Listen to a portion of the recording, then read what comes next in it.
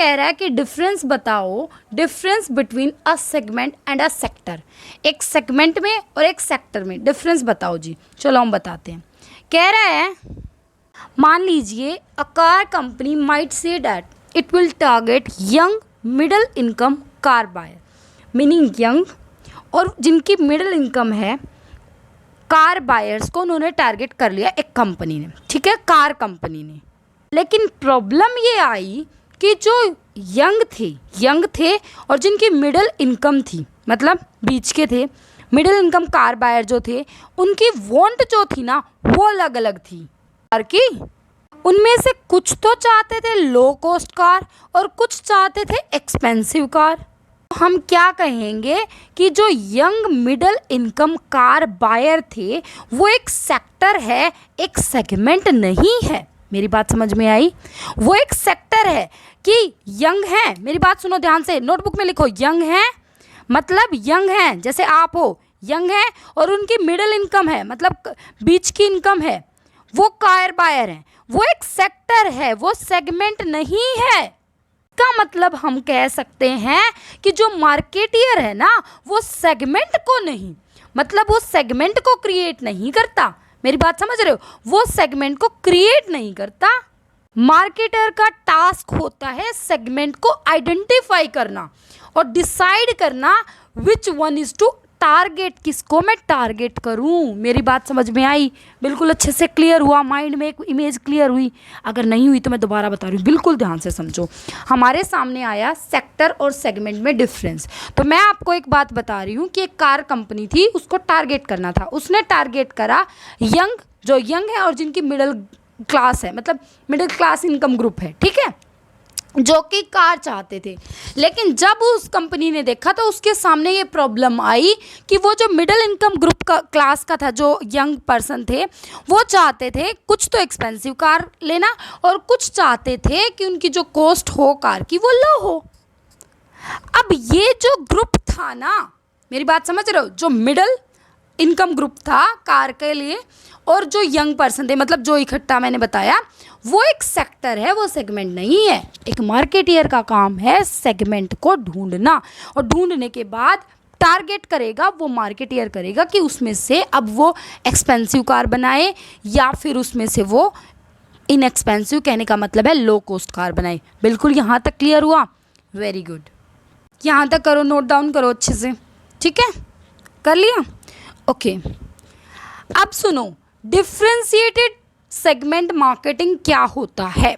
Differentiated segment marketing, उसके अंदर क्या होगा, सेलेक्ट करेंगे 2 या 2 से ज़्यादा segment, approach these segment with differentiated offering and corresponding marketing mixes and program. Example जैसे कि शैम्पू हो गया, ठीक है, शैम्पू क्या शैम्पू एक ही होते हैं? नहीं, अलग अलग कंपनी के होते हैं, ठीक है, अलग अलग ब्रांड के होते हैं, समझ रहे हो मेरी बात? तो वो होता है डिफ्रेंशिएटेड सेगमेंट मार्केटिंग। अब नेक्स्ट पॉइंट आता है आपका, सेगमेंट मार्केटिंग ऑफर्स की बेनिफिट ओवर मास मार्केटिंग। कह रहा है कि जो हमने अभी बात की थी सेगमेंट और सेक्टर के बारे में डिफरेंस करी, इससे पहले हमने मास मार्केटिंग को अच्छे से समझा था। अब ये कह रहा है भाई कि ये जो सेगमेंट मार्केट है ना, ये अच्छी चीज़ है मास मार्केटिंग के बजाय। तो हम कह रहे हैं हमें समझा के बताओ। हमने क्या कहा कि हमें बताओ, हम किस तरीके से माने आपकी ये बात कि ये अच्छा है ये बुरा है, ठीक है, हमें बताओ तब मानेंगे। तो कह रहा है सुनो मेरी बात, ओके सुन रहे हैं। कह रहा है the company can better design, price and disclose and deliver the product और services to satisfy the target market. अगर हमने सेगमेंट को ढूंढ लिया, उसमें से हमने किसी पर्टिकुलर सेगमेंट में जाकर किसी एक पर्टिकुलर चीज़ को टारगेट कर लिया, तो क्या हम बेटर डिज़ाइन नहीं प्रोड्यूस करेंगे? हम प्राइस ठीक नहीं लेंगे?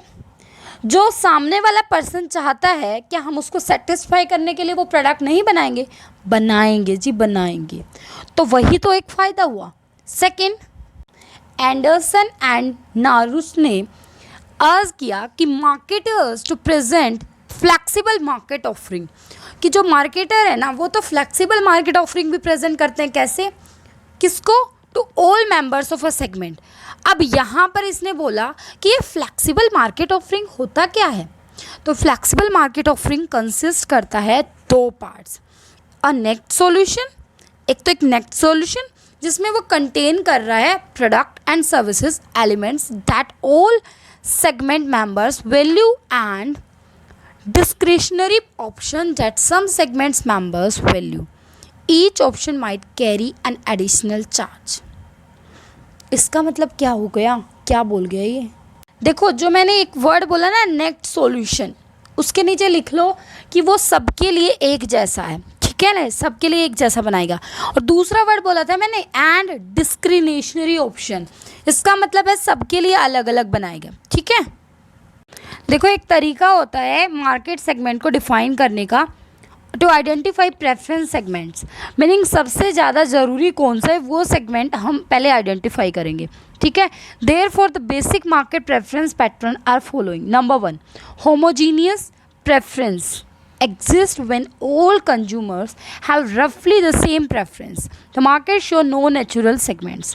Homogeneous preference के अंदर तो क्या होगा कि मोस्टली सारे के सारे कंज्यूमर एक ही प्रोडक्ट चाह रहे हैं रफली, तो हम क्या करेंगे उसमें कोई सेगमेंट बनाने की हमें ज़रूरत नहीं है। सेकंड नंबर पर आता है तो होमोजीनियस प्रेफरेंस तो आपको क्लियर है। सेकंड नंबर पर आता है डिफ्यूज्ड प्रेफरेंस। ये डिफ्यूज्ड प्रेफरेंस का मतलब क्या होता है, consumer very greatly in their preference, मतलब कंज्यूमर वेरी करता है अपने प्रेफरेंस के अकॉर्डिंग टू, मेरी अलग प्रेफरेंस है आपकी अलग है, ठीक है। If several brands are in the market they are likely to position themselves throughout the space and show real differences to match differences in consumer preference.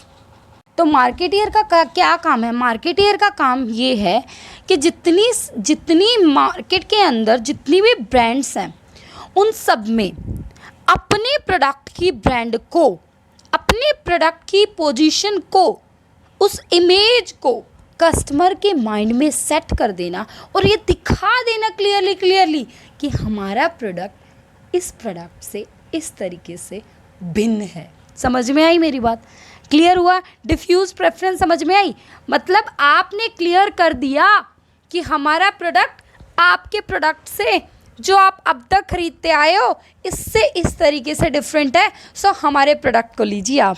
समझ में आई बात बिल्कुल अच्छे से, वेरी गुड। थर्ड नंबर पर आता है आपका क्लस्टर्ड प्रेफरेंसेस। देखो क्लस्टर प्रेफरेंसेस क्या होती है, ये कह रहा है it result when natural market segments emerge from group और कंज्यूमर विद शेयर प्रेफरेंसेस।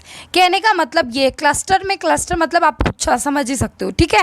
तो इन्होंने ना 3 टाइप की डिवाइड कर दी, मतलब फर्स्ट फॉर्म तो डिवाइड कर दी इन दिस मार्केट में हैज़ 3 ऑप्शन। Number 1, it might position in the centre expecting to appeal to all groups, मतलब कि वो जो पोजीशन है वो उन्होंने इन दिस सेंटर, कहने का मतलब है ये बोल दिया, ये बोल नहीं दिया, ये अपनी सेगमेंट में ऐसे शो कर दिया कि सिर्फ और सिर्फ हमारे पास ही है ये प्रोडक्ट, ठीक है, सिर्फ और सिर्फ हम ही बेच रहे हैं ये प्रोडक्ट, इस तरीके से।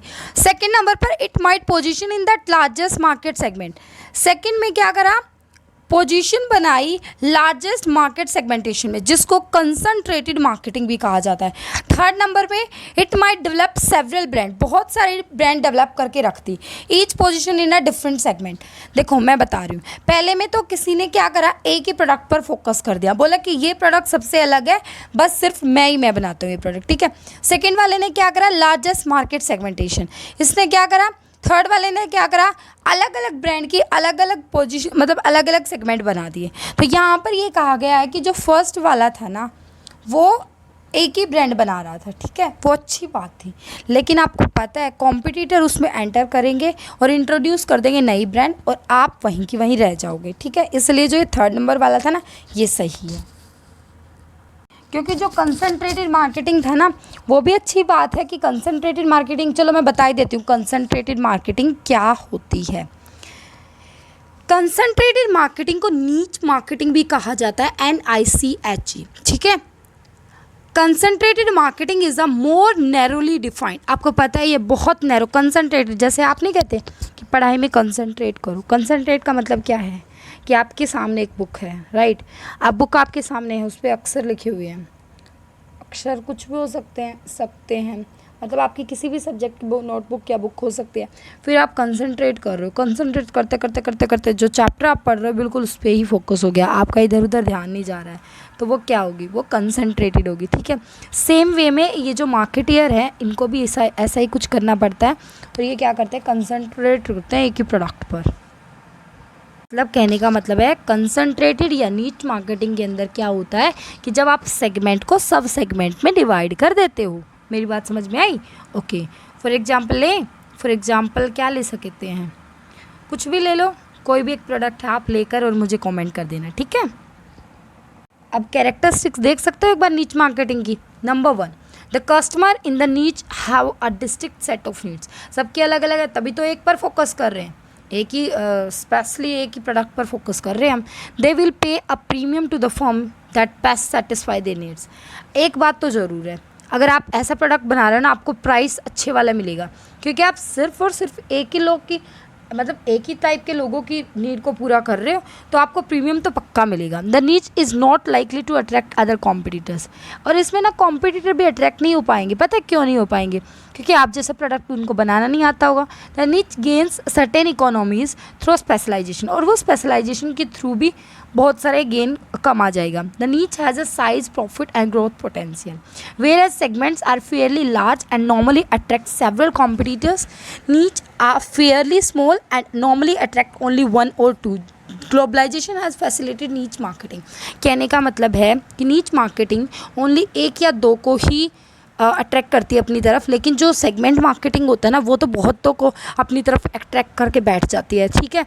तो आपका फ़ायदा यहाँ पर ये होने वाला है कि इससे ग्लोबलाइजेशन ने इसमें कुछ मतलब यूँ कह सकते हैं ना, हम कंट्रीब्यूट किया, ठीक है।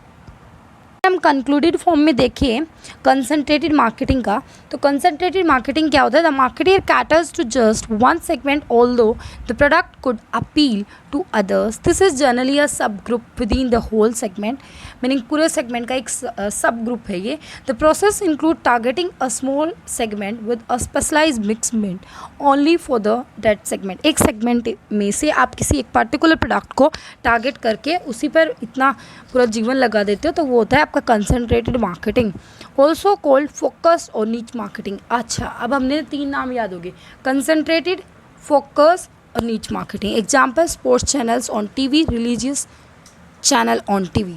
यस, हो गया यहाँ तक? फटाफट करो, नोट डाउन करो, फटाफट करो। अब कंसंट्रेटेड मार्केटिंग तो हमारा ख़त्म हो गया, अब हम स्टार्ट करेंगे लोकल मार्केटिंग। यस, रेडी हो जाओ लोकल मार्केटिंग को पढ़ने के लिए। नाम से क्या क्लियर हो रहा है, लोकल मार्केटिंग मतलब लोकल पीपल के लिए। अच्छा जी, लोकल लोगों के लिए, अच्छा बढ़िया है।